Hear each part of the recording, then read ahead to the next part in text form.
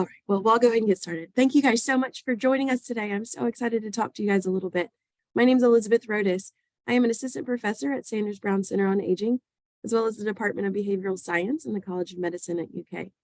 Clinically, I'm an occupational therapist.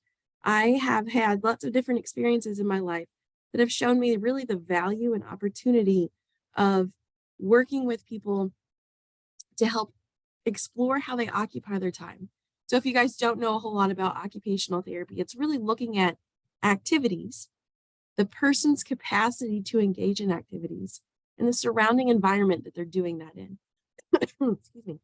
So how can we maximize this three elements to facilitate function, quality of life, and meaning? That's really our ultimate goal in everything that we do as an occupational therapist, is helping people have high quality of life, high meaning through how they occupy their time. So in my training as an occupational therapist, I was really focused in pediatrics, in the sensory system, and the developing neurological system that supports behavior. I really liked working with kids with autism and different sensory processing disorders and things like that. But when I got out into the real world and practice, I learned in my first job in a sensory clinic with 18 kids a day that my neurological processing didn't keep up with all the other kids. I have a history of a severe traumatic brain injury that I've recovered from, but it was really hitting some elements that I didn't feel was safest for the kids or me, when they were having a hard time and I wasn't able to keep up. So I ended up switching over to working in the nursing homes. What I found were that I just fell in love with the people with Alzheimer's disease and dementia. This was 12 years ago, and at that time, people were just lined in the hallways and they were rocking and humming and not making eye contact. And all of the other therapists were saying, don't treat them. There's no rehab potential. Just leave them alone. And that didn't sit well with me. So I was looking at some of the behaviors and I recognized similar patterns and behaviors to the kids with autism. Kids with autism often rock as a calming behavior. They often hum as another calming behavior. They have trouble with eye contact and conversations, these kinds of things. So at that point, as a 22-year-old, I wanted to do something kind of new to help these people that were just sitting all alone in the hospital or in the nursing home. And so I did a sensory-based approach to see if we could soothe their neurological system. Can we give them some external inputs to their body to help them relax? Just like if I were to go to get a massage or put on some music or put on a candle that helps my neurological system feel calm, how can I do that for someone that's living in a nursing home? And that really started the trajectory of where I'm at and what I do and everything that we're going to talk about today. So like Terry said, if you guys have questions at any point, please throw them in the chat. If it's okay, I am going to wait till the end and then address all the questions at the end. Oh, my email is also elizabeth.rhodus@uky.edu. Feel free to shoot me an email if you ever have any questions or want to talk more about it. Today, I'm going to kind of introduce dementia. You guys probably all know what it is, but we're going to talk about it a little bit differently. We're going to talk about sensory systems. We're going to give some practical tips on, okay, this is the situation with the sensory system. Now what? What can we do now? We'll talk about the role of the care partner and give a few examples.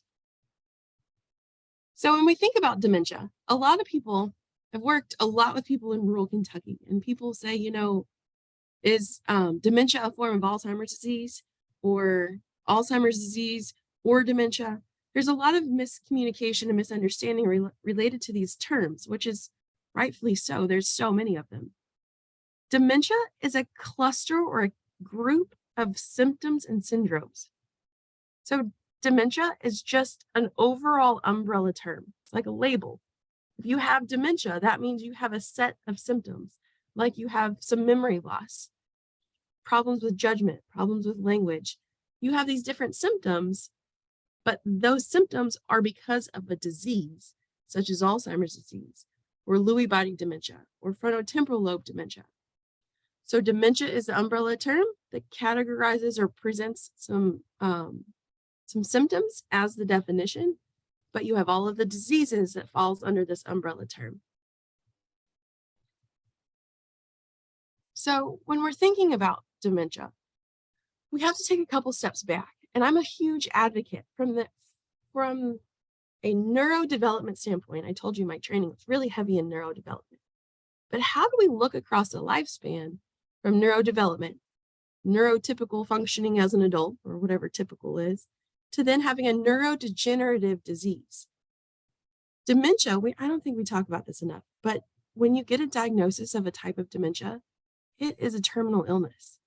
It means you now have pathology in your brain that's going to slowly work its way and kill off parts of the brain. Your brain slowly dies. And so when we're thinking about these conditions, how can we maximize what is still working? How do we work with what is still working to maximize the opportunities for activity engagement and quality of life and enjoy what we're doing for the time that we have left? I like to think about a typical normal adult healthy brain. And each part of that brain has a specific area that is attributed to something. So right now I am talking and as I'm thinking about all these things that I want to say and problem solving and kind of sequencing it out in my head. I'm using executive functioning from my frontal lobe. But I'm also using my temporal lobe that's in charge of language. So I can also hear myself so that I know I'm not too loud or too quiet, that kind of thing. I'm also thinking about my body, subconsciously thinking about my posture and where I am at in space, in my hands and moving. That's all from my parietal lobe. I'm also looking at the computer and the slides and making sure that I'm talking about what we're looking at. That's shooting it back to my occipital lobe. So from a normal healthy brain, each area is in charge of something else. I'm going to show you a couple slides of what happens when someone has dementia, so we can kind of orient and ground ourselves from a healthy brain to a brain that has a terminal illness through neurodegeneration. So if you look at the top corner, the top left corner, we have a really juicy, healthy brain. On the other side of that brain is advanced Alzheimer's. Alzheimer's disease puts in proteins, they're called tangles and tau and all of these different elements of pathology that restrict blood flow and oxygen and nutrients to the neurons that make up the brain. So you have millions and millions of neurons in that brain, all of these tiny little elements, and that makes your cluster of what you have. So as you have the pathology that builds, you have a gradual shrinkage of the brain. It just kind of squeezes it like a sponge. It's squeezing out some of those cells. And so what you have left is all that's working at that point. Alzheimer's disease is the most prevalent dementia type.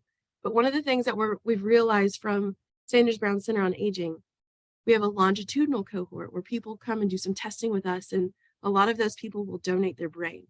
I don't know if you know this, but the University of Kentucky actually has the largest brain bank in the entire world.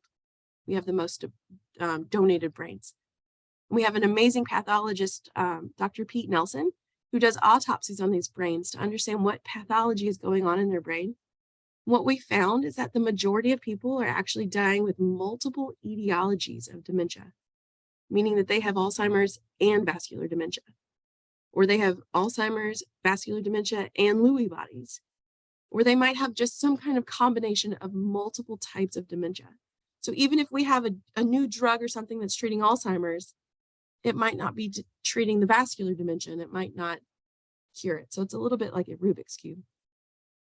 Sorry, that was a little bit of a tangent, but with that said, vascular dementia is the second most common type. Vascular dementia has a lot to do with high blood pressure, has to do with like mini strokes, these tiny little micro bleeds that we may not even realize are happening in our brain, but it kills off different areas of our brain. People who have history of stroke are also more likely to have vascular dementia. So we can see that when in the bottom picture with vascular dementia, the areas of the brain that should be there after they've had a stroke or a severe bleed, that area just dies off. It's not there anymore. So whatever purpose that space was serving, those are the skills that are often lost for that person. Usually we say that Alzheimer's disease has a gradual decline. The brain is gradually shrinking, and everything that the brain controls, which is everything we do, gradually goes down. With vascular dementia, it's a stepwise progression. So we're doing okay, and then we have a vascular event and we have a drop in function. And then we stabilize and we're doing okay, and then a vascular event happens and we have a drop in function. So someone can be okay, and then the next day they can't move their arm, or they can't move their leg, or they can't figure out how to stand up. And people will often have a hard time understanding this drastic change, but it's because of some kind of bleed or some kind of vascular event that's happening in the brain. The third most common type of dementia is called Lewy body dementia. I think about Lewy bodies, they're clusters of protein in the brain, and I think about them as boulders on a highway. So if you think about your brain as full of these pathways of communication and passing messages around, but then you have just this blob of protein, it blocks the message. So if the message can't figure out a way to get around it, that message just stops. A lot of times with Lewy body dementia, people have a really hard time following directions. Their body and their brain is telling their body to do something, but that message doesn't necessarily correlate or connect to their body. So a lot of times I've worked with people with Lewy body dementia, and we'll say, stand up. It's time to stand up. And they don't stand up yet. And then I say, okay, stand up. And then they kind of look at me and they get a grimace on their face. And then that third time I kind of help them stand up, but their body's really tight and really rigid. And it's because of the interactions of that message trying to get to the body, but the message gets blocked because of the Lewy bodies. So we see a lot of rigidity, which is stiffness in the joints in people that have Lewy body. It is interesting to note that people actually can't get diagnosed with Lewy body dementia until autopsy. We currently don't have any ways to assess it, to confirm it when people are living. But it has a category of symptoms like shuffle gait, a mask looked on your face, rigidity. Lewy bodies, it has an increased hallucinations and psychiatric symptoms. Lewy bodies is really tied with Parkinson's. So if people have Parkinson's disease and they live long enough, they will have Lewy body dementia. However, you can also have Lewy body dementia without having Parkinson's disease. So it's interesting. We don't exactly know why this relationship exists, but it is good to know. The fourth most common type of dementia is called frontotemporal lobe dementia. So a minute ago, I was telling you about the frontal lobe and how it controls executive functioning and sequencing and planning. Basically, all your adult skills on what you need to do to kind of get through life. Your temporal lobe also controls communication and understanding language and interactions. So when we have problems in these two areas, we see drastic changes in behavior, significant declines in people's ability to manage daily activities, to manage their behaviors. There's a little spot in the frontal cortex called the prefrontal cortex that has to do with disinhibition. So if I'm having a bad day and someone is in my way, my brain, a healthy brain, says, don't cuss them out, don't tell them to move, just be patient.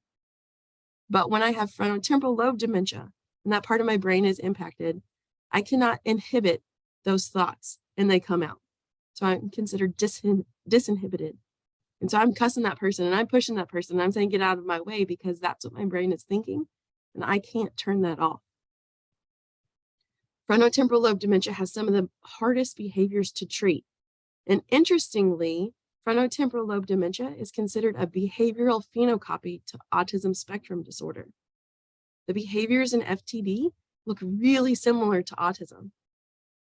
So if you are caring for someone or you know someone with FTD, really making sure that you as the caregiver or as the support for a caregiver are managing and doing really, as much as you can for self-care, because it is one of the most challenging behavioral types of dementia.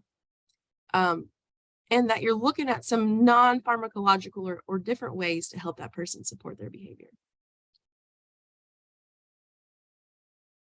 All right, so when we're thinking about these types of dementias, we know what a healthy brain looks like. We now have seen pictures of what a diseased brain looks like.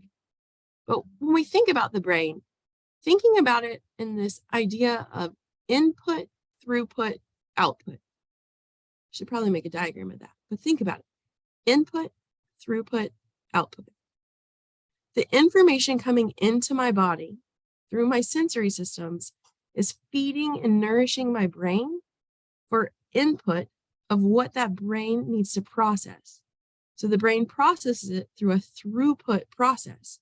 The messages get sent all around, and then it creates a plan or an action in response to the input. So that would be my behavioral or motor output. So let's take an example. It's really sunny outside. So if I walk outside, the input of the sun into my eyes and my body, my brain is going to say that's too bright, and I'm going to behaviorally pull out and put on my sunglasses. Input, throughput, output. When we're thinking about something more complex, let's say I need my medications, but I have not filled out my medication manager for the week, the pill boxes. So I then recognize that I need some medication of some kind. That's the input of saying our body is saying we need some medication, reminding our brain to go get that. We're standing there and looking at all of these medications, additional input. Our brain has to then do a throughput process of understanding what medications you need to take and when, and that executive level functioning of how to determine what and when and where and how we're taking our medications. And then our body will act on whatever that plan is that we create. That's our output. So for the next several slides, I want you guys to think about input, throughput, output. All right, for just a second, if you want to take yourself off mute, go for it. You can leave your camera off, but you can also stay on mute and just do this and at home or wherever you're at, and that's fine. So on the next 3 slides, I'm going to show you some photos. As quickly as you can, I want you to shout out the person's name or whatever you see. Okay. All right, are you ready? 1, 2, 3. Bill Gates. Okay. It's Serena Williams. Obama. You guys just did a full brain workout in a matter of milliseconds. So what we just did is we took our eyes that are connected through cords and neurons and streams and things like that, and we shot it to the very back of our brain, which is this occipital lobe in the back. So from the front all the way to the back. There's also some flipping and turning of images, because when our images come in, they're actually upside down. So our brain has to flip that image over, send it to the back part of our brain that puts all of these megapixels and things together, that then also sends it to our limbic system that helps share our memories of who this person is. And do I like them? Do I not like them? What are my associated feelings? Doesn't matter, because that's not the task. So we then suppress those feelings, and we send that message to our temporal lobe to articulate the name of the person. So our temporal lobe then sends that message down through some facial nerves, and our mouths are able to articulate and say it. Full brain exercise in milliseconds. They say that information flows through a healthy brain. Anybody know how fast information flows? 280 miles per hour. So that image coming into your brain, 280 miles an hour, bing, bing, bing, bing, just shot through your brain, and then you told me who you saw. That's with a healthy brain. So we know that the brain is also something like 80% water. So anytime that we have some dehydration, those messages slow down. Anytime we might be sick and have additional inflammation in our brain, those messages slow down. Anytime that we have pathology like Alzheimer's disease and that shrinking of the brain, the messages slow down. Not only do the messages slow down, but the messages can become distorted. So looking at this picture of Bill Gates may not look like Bill Gates, or I might not be able to put the words to who I'm seeing, even though I might recognize him. When people have Lewy bodies dementia, a lot of people have visual hallucinations. So we have to be careful with patterns and showing people different things that they might see hallucinations, like a patterned quilt on the bed can sometimes look like it will start to move and crawl, and people will refuse to get in bed. So it's really thinking about how is the information, that input, coming into our brain, and then what is our brain doing with it. This is just one more picture of a brain and some of the technical terms of what we're calling it.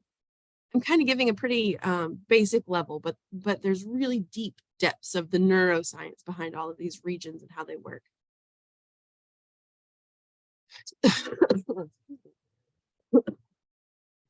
So, I'm going to get a drink real fast. So sorry. So when we're thinking about aging, it's interesting to think about the normal body.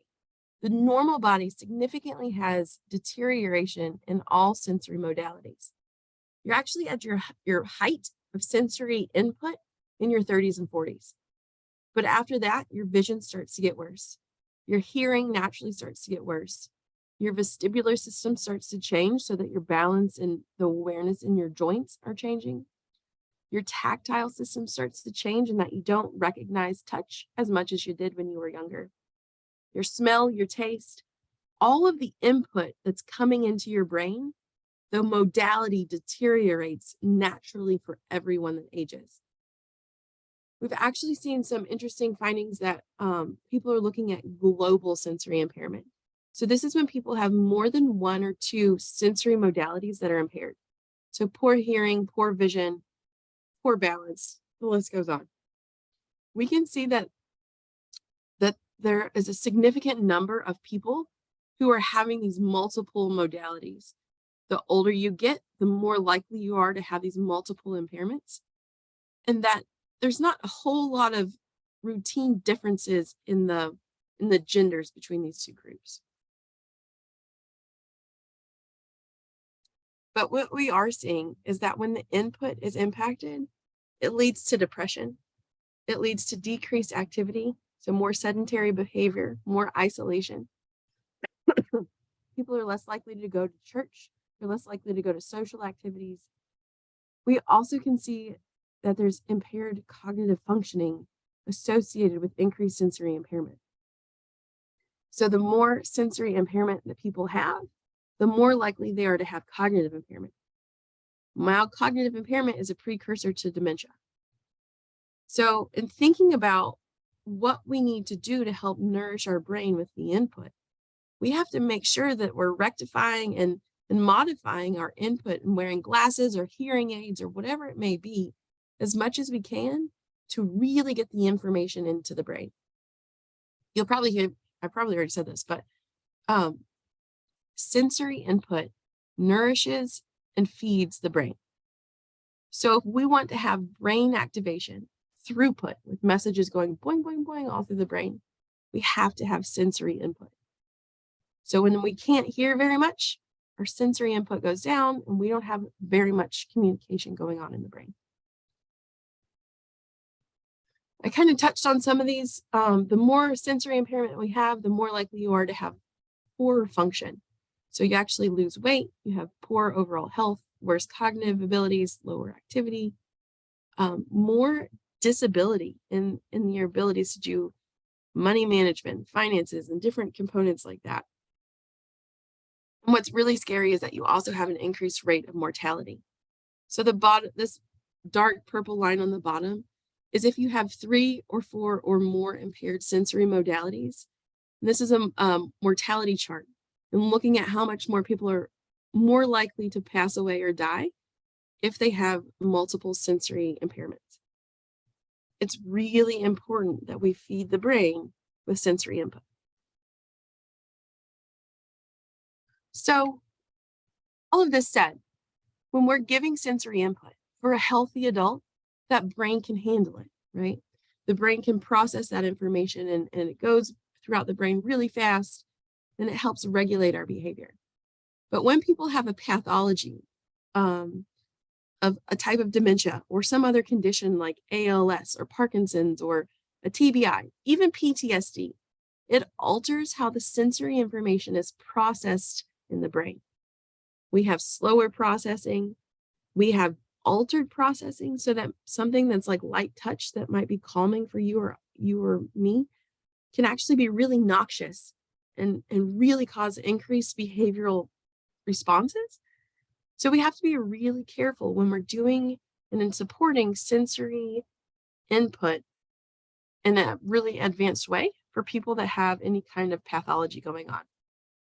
So over the next few slides, I'm going to give you some tips and tricks on how to help facilitate sensory input for people with cognitive impairment. But I will say these are global general tips. So if something works or you do something with your loved one with dementia and you see that they get pale or they pull away or they don't respond whatsoever and they just kind of go flat-faced, or they might have increased agitation, that's a really good clue to you to not do it that much or to not really do that input. For example, I have a clinical trial where we send out sensory kits. And this past year, we've been sending out these little lamps that light up into different LED colors. And we've had several caregivers say that their loved ones absolutely hated it. They like pushed it away as soon as they handed it to them. So that's a sign that we need to alter how we're providing visual input for that person. That said, we also send out a thing called a water oil timer. You guys seen those? Where there's water and oil in a container and you flip it over and they kind of mix. People love the water oil timers. I was not expecting it, but the majority of people that we send those to find those really calming and soothing, and then it actually entrances the brain for attention and it decreases anxiety. People are more likely to eat and drink and to take their medications right after they're using these devices because it calms down their thoughts and their anxiety. Let's see. So when we're thinking about sight, some practical tips. Color awareness fades with dementia. So we want to be using reds and greens are two colors that really stand out.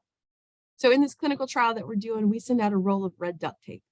And we encourage that caregiver to put red duct tape on anything or whatever we want someone to pay attention to. For example, we had a loved one who was saying, had a caregiver who was saying that their spouse was not able to find the toilet. And that their house is really starting to stink, and she was kind of at her wit's end, and she was looking for placement for her husband in long-term care because she couldn't handle it anymore. And we know toileting and aggressive behaviors are the two reasons why people go to nursing homes with hospice. So the OT that was working with them said, take the red duct tape, put an X on the floor, and for a couple days, really, really hard, work with that person to stand on the X to go to the bathroom. Within a week, the person was using the toilet right where they needed to independently. And in 2 weeks, he actually voiced to his wife, thank you for putting that there. It really helps me know where to go to the bathroom. This is one of those little hacks or little cues from a neuroscience perspective on how we can override loss of color awareness to use the environmental cue to encourage behavior. Another element that changes is decreased peripherals. So people don't have the same visual awareness on the sides. They have more tunnel vision. So this is important because if you're walking up on someone's side, you really might startle them and they might have an increased fall risk. So when you're approaching someone, take a really wide angle and then come at them right from the front. So they are able to predict and have time to see you coming into their space. People also will start to tend to look at the floor just from a kyphosis and aging standpoint of their posture, and they forget that they need to look up. So their visual line of sight is usually 36 to 48 inches off the floor. So if you're coming at them and you're wanting them to look you in the eye, I always offer my hand up like this, straight into someone's line of vision, and they're looking down. So I kind of point my hand towards their belly button. And then the natural inclination is to say, oh, there's a hand. I need to look up and see whose hand it is. And that facilitates engagement. Another element is that people lose depth perception and dark colors start to look like holes.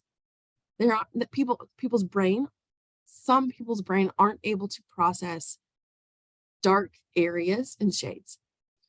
I had an example. I was working with somebody. We had the referral that someone was refusing to come out of their room and they were losing weight because they weren't coming to the dining room to eat. They were living in a facility. So I worked with this person. We worked in their room, and then I finally got him to come out of his room. And when we got out, he was walking on the carpet like a slalom, but there was nothing to walk around. He was just going back and forth, back and forth. I was like, oh, that's interesting. And so then the next day we did something similar. But we went out into the long hallway, and the long hallway had really stark differences in the color and the carpet. And I realized what he was doing was walking around the dark areas in the carpet.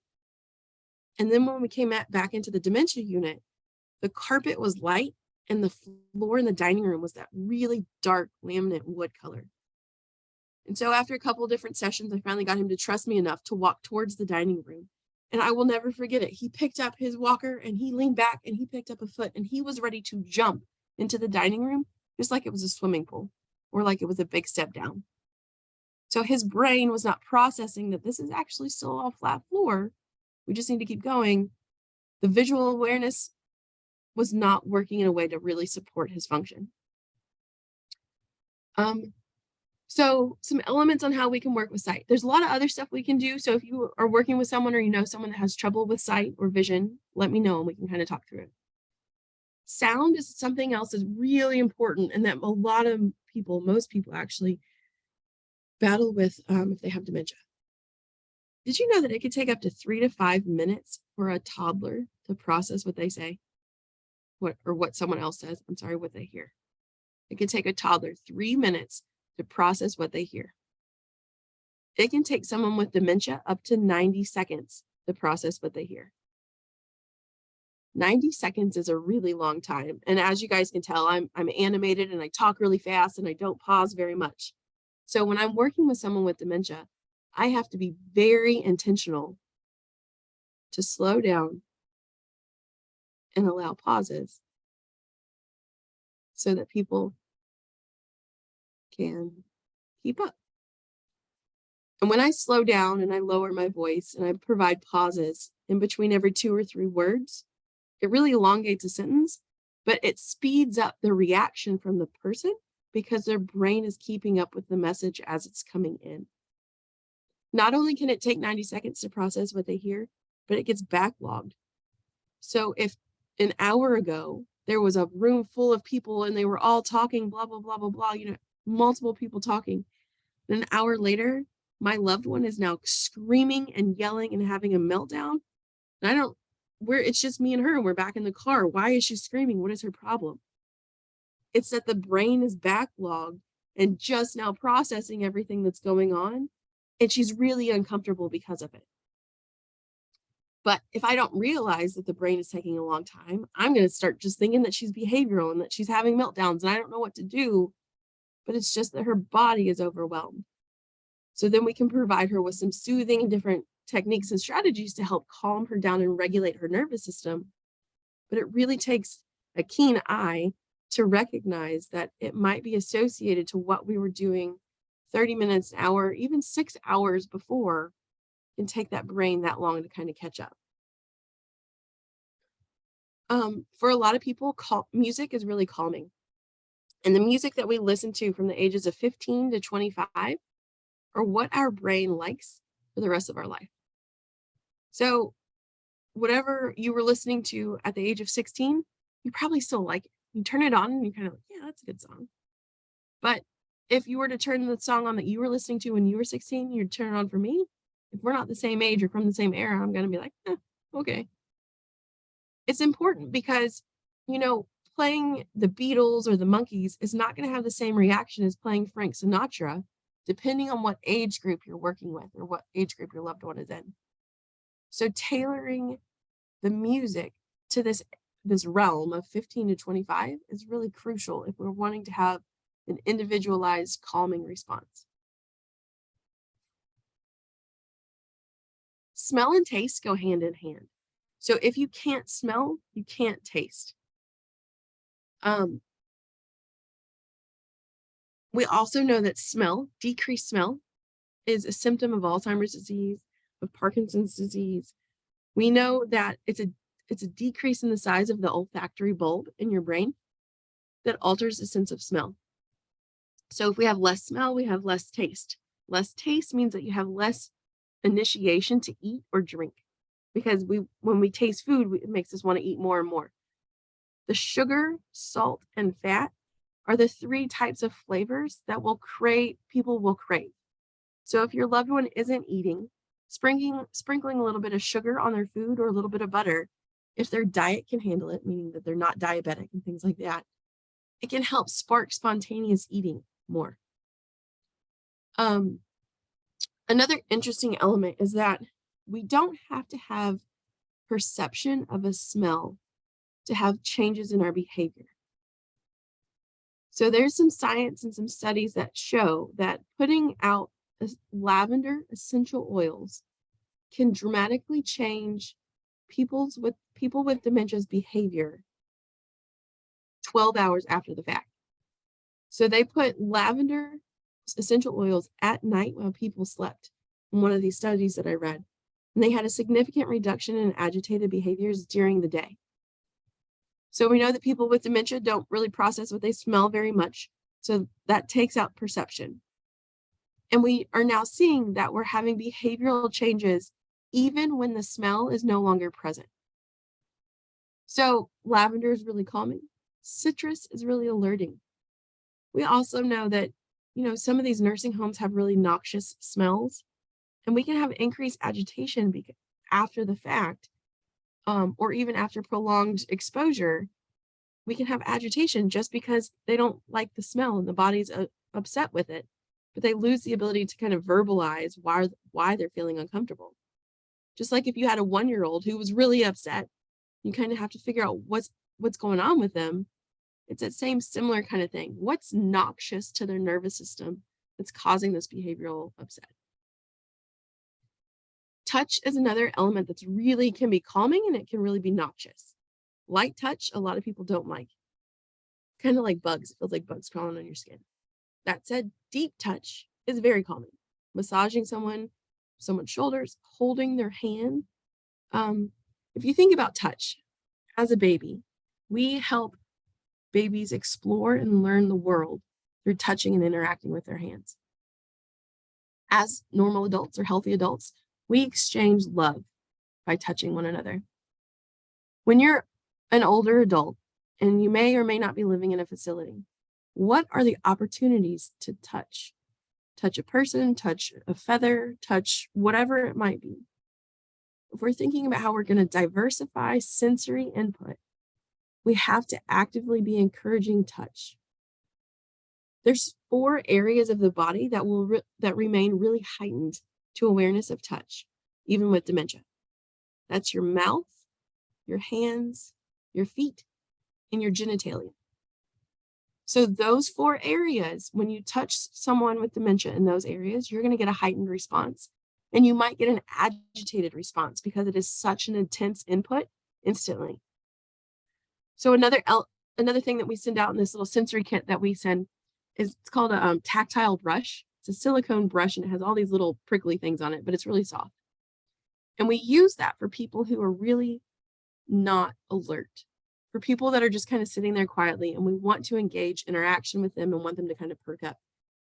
We put those brushes in their hands. And some people will literally jump back and drop it and like cuss you out because it's such a noxious feeling. But then there are other people who really like it, who are now alert because they're picking at it and pulling at it, and they're putting it on their arms, and they'll put it on their cheeks and on their face. And it helps just give their brain input that the body loses the ability to get. Another element, I'm just going to slide this in here. I don't think it's on a slide. People with dementia, a symptom of dementia is loss of initiation. Initiation is our ability to start an activity, to start a new thought, to start anything, to initiate that activity. A lot of people will look apathetic or depressed, like they don't care and they're not going to do anything, but it's just that their brain cannot get started. So as caregivers, if we can help that person overcome the first couple steps to get engaged and started in an activity, a lot of times people will go into that motor memory and they'll keep doing it and they'll be happy because they want to do something. It's just their brain loses the ability to tell their body to start. It's really important as caregivers that we recognize that. Otherwise, we just kind of let our loved ones sit there all day and not do much. But it's not that they don't want to, it's just that they can't get started. Pressure is called proprioceptive input. If you think about a newborn baby, this brand new nervous system that just came out in the world, you guys know, think about, what is that first thing that we do after we wash off the baby? How do we calm down a nervous system that's flailing and has no way to control or calm itself? We swaddle it. We swaddle it really tight because it mimics the pressure in the womb. Pressure and proprioceptive input actually calms and regulates the nervous system in a way that allows it to grow and thrive. It regulates itself. So by giving people pressure through hugs and massage You can do gentle joint compressions, hand something to someone that's a little bit heavy. A lot of people like to have a dog or cat sit in their lap. They really find that's calming, right? It's the pressure of the mechanism that's calming them down. It's just like if you or I like stub my toe or I hit my shin really hard on something, my first instinct is to reach down and to rub it, right? I'm going to give my body proprioceptive input to regulate and calm down the pain response in my nervous system. It's calming. I'm not going to swaddle up older adults, but back in the 1900s, they were using those in the different mental health hospitals.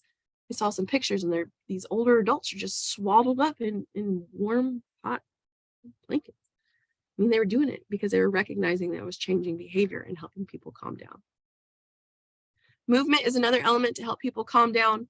Linear movement is the most calming and regulating. So if you think about that baby again, we swaddle them up tight, and then we rock them, right? We also sing to them and give them some music. A lot of the baby lotion is infused with scents of lavender.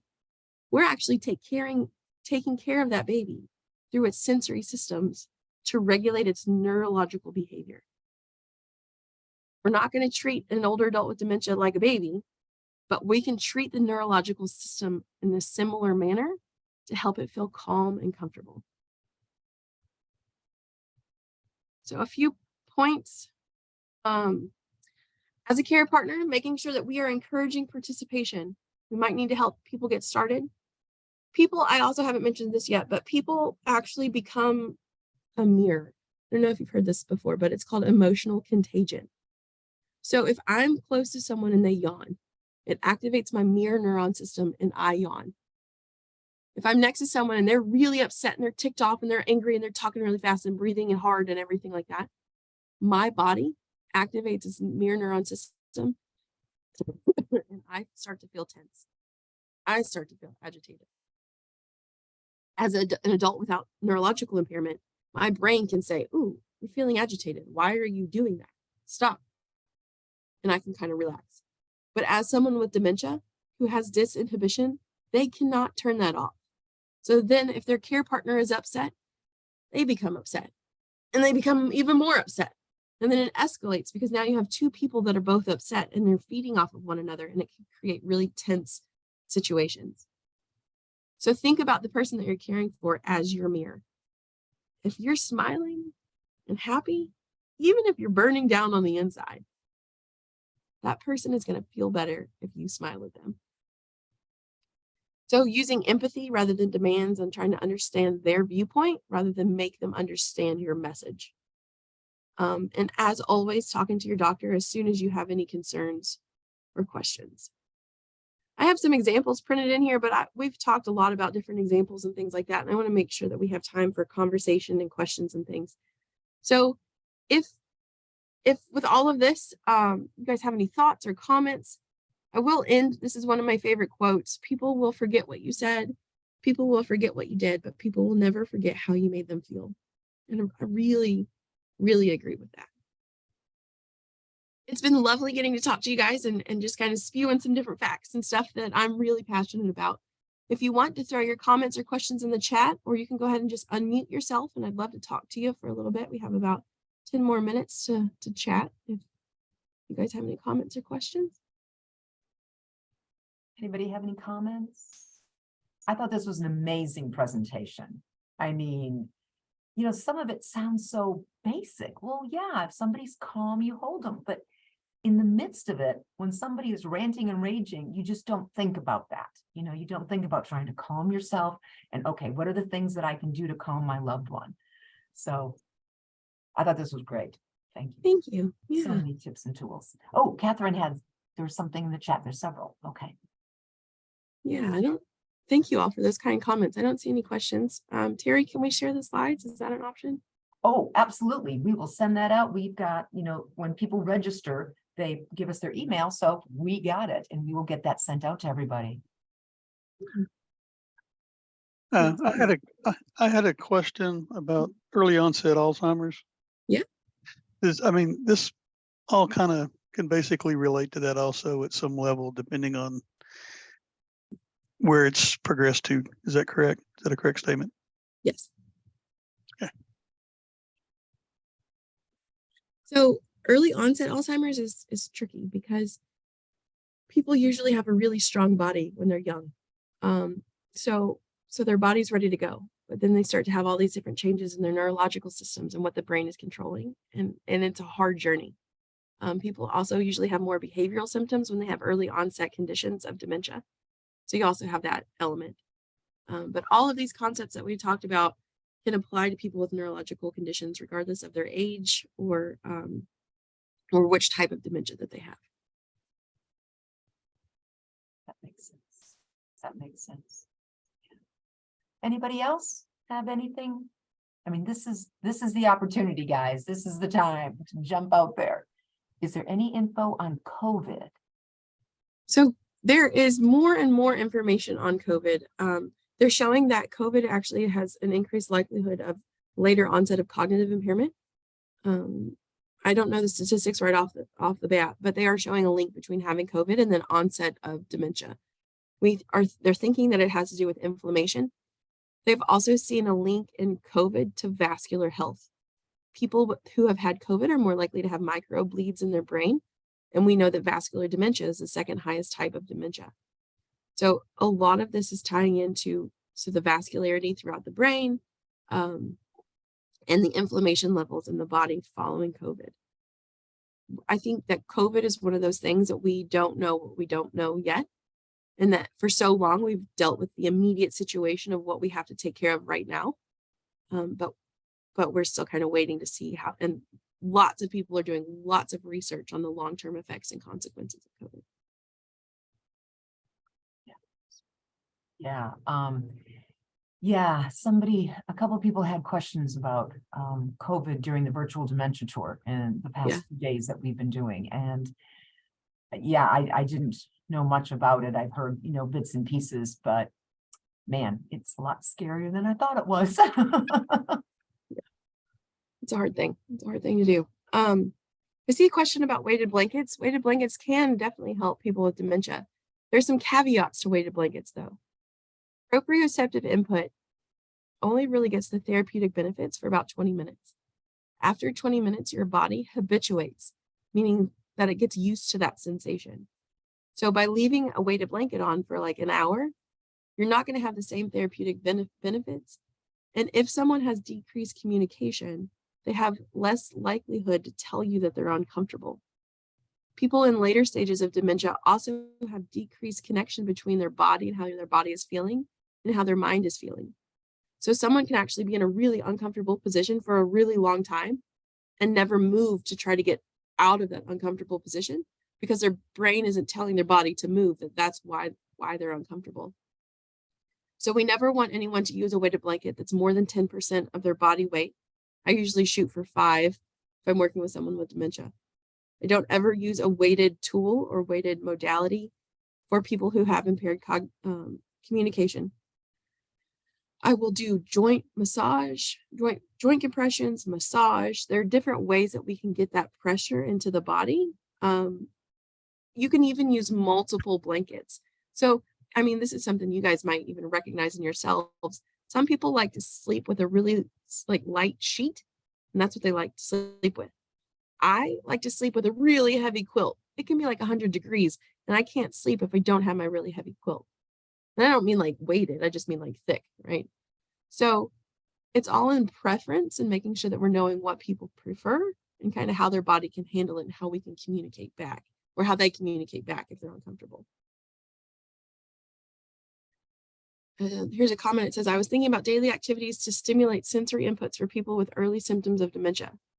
Simple puzzles, knitting, something simple to let them use their touch and vision. Yeah, those are all great. The more activities that we can get people engaged in. Also thinking about ways that we can help with the touch. So I don't know if anybody likes Pinterest, but I get on Pinterest all the time. And you can look at different things that are used for,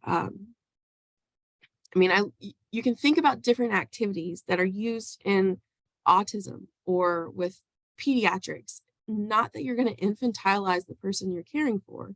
If they don't want to do a craft, don't give them a craft. But some people like a sensory bin with water beads. It's kind of a fun way to just work on moving your hands and your systems. Another easy one is to have your loved one help you with dishes. You would want to remove all the knives and sharp things, but filling up a sink with warm soapy water is actually really good on arthritic joints. And it's just a nice, meaningful activity that someone can do. Roberta, I have lots of different ideas on activities to get people engaged. So if you want to shoot me an email at some point, I can give you just a slew of things to try or to consider and think about. I'm going to put my email in the chat for you guys. We can also send that out with the email when we send out the video, the recording, and your PowerPoints. We'll just, how to contact Elizabeth. Yeah. I think that you guys are helping me recognize too that we should just create a cheat sheet on different stages and different activities related to different types of sensory input. I didn't show a slide on this presentation, but there's some interesting slides of neurons when they put someone in an enriched environment. And an enriched environment has 4 components. It is physical exercise, social interaction, cognitively stimulating or challenging tasks. So something new, not like the same puzzle over and over. And good nutrition. And within those 4 components is this idea of sensory stimulation through all 4 of them. When we have an enriched environment, we can grow new dendrites and new neurons, new connections in the brain, even in someone who is in last stage dementia. So if you think about for so long, I mean, this is science that's just come out the last 10, 20 years. If you think about for the history of people in the last stages of dementia, they just kind of get left to die, right? But if we now have the evidence and the tools and the knowledge to be able to activate their brain in a way that's going to stimulate new growth of cells in a way that might help maintain some quality of life for a little bit longer, let's do it. Let's give it a try. That component is the mechanism of all of my research that I do.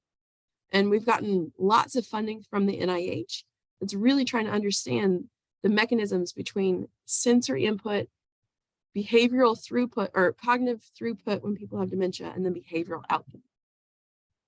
And so I get really nerdy and kind of soapboxes. So get on soapbox whenever I talk about that kind of stuff. But I see another comment in here that says they recognize dementia when their mothers, or when COVID shutdown hit. And I think that really speaks to this comment that I just had about enriched environments. If we know that people have less and less input with cognitive impairment, and then everything gets taken away, their brain just kind of shuts down.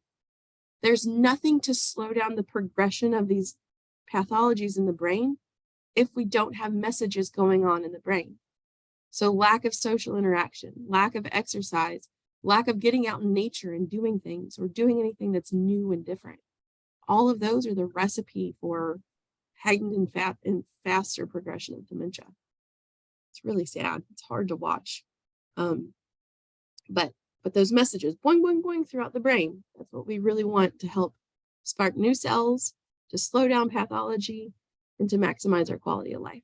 Oh, that's a good comment from Melanie. I see the comment on a book. There's not a book. People keep telling me to write a book because this is something that the people really haven't talked about. I have a little bit of a different perspective because my training is really heavy in neuroscience and neurodevelopment, right? I really understand how a brain grows. And Dr. Jaika was on my PhD committee, and he was my postdoc mentor, meaning the last from 2019 to 2021 into 2021. He taught me how to do clinical research with dementia.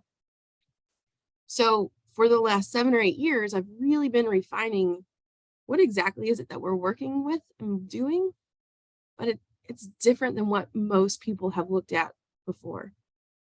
And we're coming at this strength-based approach of what do people still have left? That's what we have to work with, rather than what they can't do anymore means that they just can't do it. Melanie, I'm going to put together a cheat sheet. The cheat sheet's probably the best I can get right now. If you were to get bored, there is a book called The Out of Sync Child, and it talks about sensory input and sensory processing in a way that turns into behavioral reactions. and all of it's about kids, but I recommended it to some people. Out of Sync Child. Yeah. It's SYNC, I think. Carol something, Kranowitz or something like that is the author. But it's a book that you might find some solace with on this is just how a neurological system processes information and how it turns into behavior. Again, not that I'm infantilizing older adults by any means, just looking at input, throughput, output for behavior. Rhodus and Child Carol Stock, Kranowitz. We found it and we're going to type it into the chat room so everybody can have that. Thank you.